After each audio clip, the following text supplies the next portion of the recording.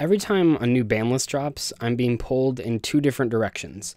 The first direction is towards YouTube, where I want to be the first person to post the ban list on YouTube so that people come and see my opinion on it and post their own opinions in the comments.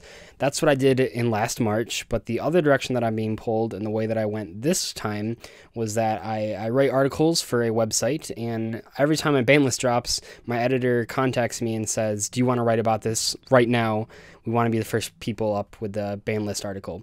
And this time I actually went that route, so I posted it up on tstreetplayer.com. And a lot of the thoughts in that article are actually going to be sort of replicated in this particular video.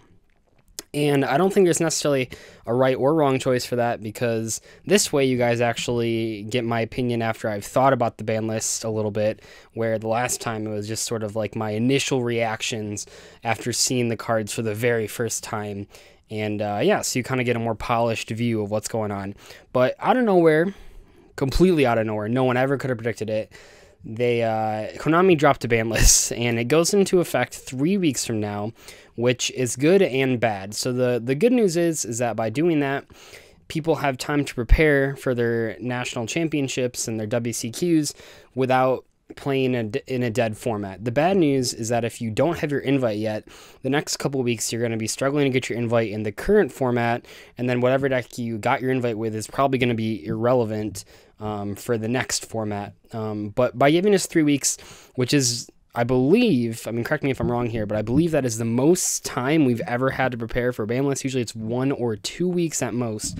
But by giving us 3 weeks, you get the people like me that have not, or that have their invite already.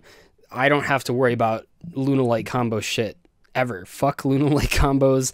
I've actually only been to one regional where the Luna Light combo was known to the public, and it was still pretty much in its infancy at that point. It didn't really blow up in terms of like everyone playing it until after Zodiacs got hit, actually. But so I played at an event where not a lot of people were playing it, but I know obviously Pittsburgh, every single person was like playing Luna Light combo, and it's like fucking, that's just bad from a design standpoint. So we can go on to the ban list now. We have the first thing that's banned. The only thing that's truly banned is Norden.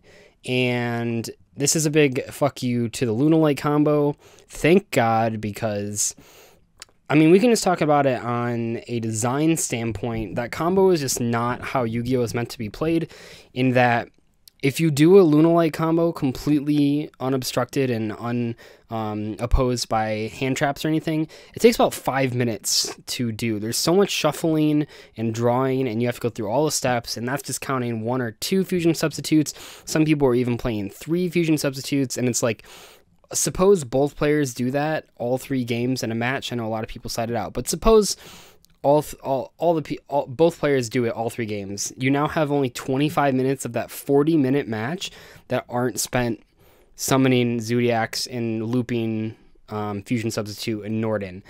So thank God that's gone from a design standpoint, but from just like a playing standpoint, it's just like the worst thing ever.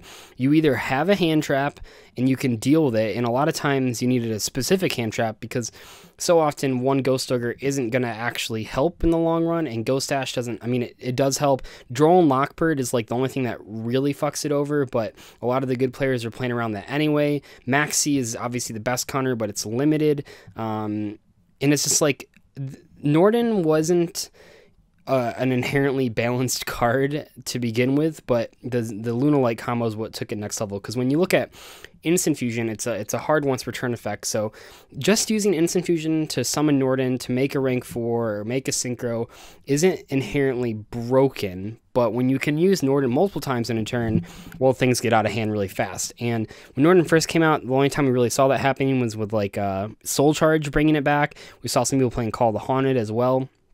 I think the first, outside of like FTKs and stuff that are sort of impractical, I think the first practical use that we saw of Norden being completely abused was like Fusionist Synchro deck that Crystal Blanc came up with, where you would summon multiple Boxia brightness of the Yang Zings, and you could destroy cards to keep special summoning Norden from the grave.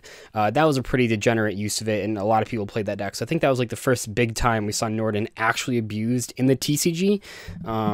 But now, I mean, yeah, it's totally out of hand. I mean, using Norden 3 or 4 times or 5 times in a turn if you have Instant Fusion is actually just so unfair. I can't even believe that was legal. And honestly, if this was the only change on the whole list, it would make Nats so much better. But then they went even further and made it even better than just the Norden hit. So the next hit was Terratop. I know a lot of you think that I would have died when Terratop was limited or banned. I think I like Brilliant Fusion more, and I think that's a lot less likely to get hit, but yes, I have played Terratop in a lot of decks, and I was one of the first people to play it. I remember the weekend that I bought Terratops, they were $2 a piece, and that was for pure Phantom Knights, when the same weekend that Jeff Jones got his top at the UDS with pure Phantom Knights, and then they shot up, and people realized when Beatrice came out that, like, oh my god, a 1-card Dante is actually really stupid. And ever since that point, people were just playing it and like everything, myself included. And yeah, it's gotten out of hand. Once again, Terratop inherently wasn't necessarily a super balanced card just because it could do so much, but it wasn't broken until Zodiacs came out. And yeah, summoning, because now the thing is that now Zodiacs will have to go somewhere else for their consistency. They already have lost their power play that really pushes them to the next level. They still only have 2 Rat, and the big thing with 2 Rat not mattering was that you had the Lunalight combo still, but now you don't have that. You don't really end on anything besides like a Trident, and that's not like super powerful. The overall power level of just pure Zodiacs goes down a lot without the Lunalight combo, without Norden. So you're losing a lot of cards out of the deck, and they're just a lot weaker to hand traps as well. Because the thing with Terratop, because, I mean, I'll just say it, I don't think anyone's going to play 1 Terratop, 1 Tagaton Borg. That sounds like the worst idea ever. So the thing now is that before you had Terratop Barrage and then your normal summon, and that gave you 3 different ways to sort of Lunalight combo or even just regular combo off.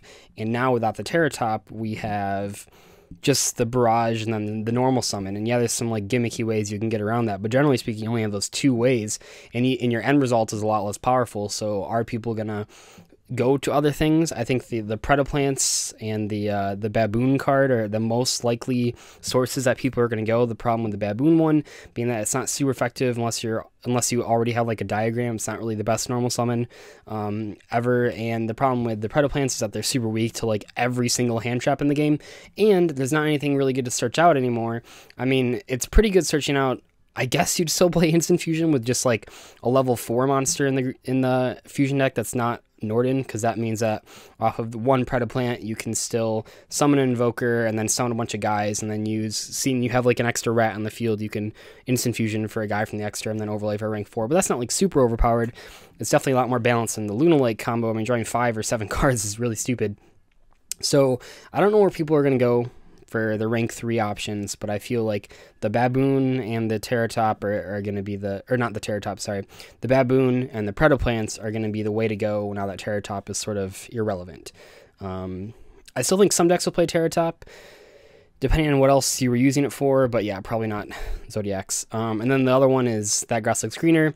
This card was super degenerate, in my opinion. I think the problem with 60 card decks were that they were too good, like just by themselves, and then you just give them like Grass, which is just like an instant win card that takes no setup at all, and it just creates a lot of deck building problems. And I think probably the worst way Grass was being used, in my opinion, in terms of like not being fair, was actually in Paleozoics. I know Infernoids were pretty silly as well, but one of the reasons that Paleozoics were so dumb was because they could play Grass, Card of Demise, and Pot of Desires in the same deck. They could sometimes resolve all 3 of them depending on which order you drew them. And you could Grass, then you could Desires, then you could Demise, and that was just way too stupid. Playing 60 cards does have its advantages still. I mean, you can still have that 1 Grass, and I suppose you can play Left Arm Offering. And I think for the most part, having decks that just revolve around milling their whole deck to the grave is just really unhealthy for the game. And Snow, in and of itself, shouldn't be that easy to set up, even though I love Snow as a card. Lastly, I mean, the Magician stuff, Yeah, that's really cool. I think this is sort of Konami acknowledging pendulums are going to go away when Link Summoning comes out, because magician stuff will be irrelevant. If you were looking to play like the Zark deck, this is sort of really good for you guys. I don't know how good magicians will be. Probably like regional material. I don't know if they're going to be WCQ material, but we'll have to wait and see. I don't know enough about the magician stuff. Every time I've played it, it seemed kind of underwhelming, to be honest, but that was with the TCG list, and we'll have to see how good that deck does. I know people are really excited about it, but yeah, I think this list was really good. I think it's the list that people really wanted in March, and then we never got it, and I'm so happy for this. I mean, just yesterday, I was thinking about how expensive it was going to be to have to pay to buy Zodiacs, and then also buy diagrams and stuff, but now I don't think you have to play Zodiacs to top Nats. I think that's like the big takeaway from this. And you don't have to play against the Ludolite combo for 13 rounds. So anyway, hopefully you guys enjoyed this, and I'll see you later. Bye.